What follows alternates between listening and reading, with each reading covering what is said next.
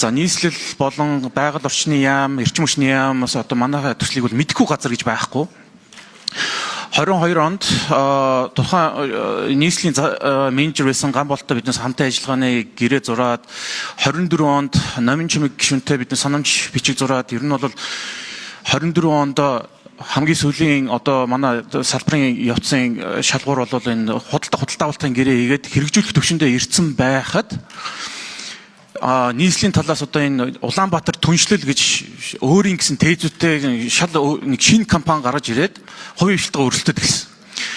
Тэгээд сонгон шалруулалт гэж нэг баг жүжиг юм болоод тэрийг нь би за шүүхэд энэнийг нягтлуулъя гэхэд шүүхийн явцад энэ бол нийслэлийн засаг даргын 6 сарын 26-ны А дроп 907 тогтоолоор сонгон шалруулалтгүй энэ төслийг явуулна гэсэн тийм баримт ил гарсан. Тэгэхээр энэ сонгон шалруулалт нийслэлийн төвшөнд явсан юм бол бүгд жүжиг болж таарад тэр ассамбледа дээр масар их зардал гаргаж нээлтийн гар үсэг зурласан гадаадын түншлэлтэй гар үсэг зурсан бүгд жүжиг болж таарсан.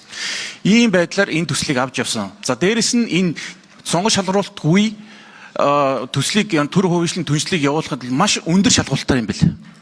Нэгдүгээр юуны үндэсний төвшөнд гамшиг байх хэрэгтэй юм бэл. Тэгээд одоо энэ 26 25 онд тэр нөгөө 3 дугаар цахилгаан станцын дэлбэрэлттэй ач холбогдолтой засгийн газар хуралд болсон юм байлаа. Энэ бол энэ хурлын тогтоол нь протокол нь маш нууцд байд юм байлаа. Энийг бол би одоо ярих боломжгүй. Одоо нэг үг хэлвэл биднес бүгдээр ачигтай юм байлаа. Тэгэхээр энийг үндслэл болгож энэ төслийг сонгон шалруулалтгүй зохицуулсан юм байлаа. Хоёрдугаарт энэ төр хувийн хвшлийн түншлийн хуулиар энэ гэрээ хийх түншлэн хувийн хвшлийн компани нь Монголд бүртгэлтэй Монголын компани буюу Монгол бүртгэлтэй гадаадын хөрөнгө оруулалтын компани байх ёстой юм бэл.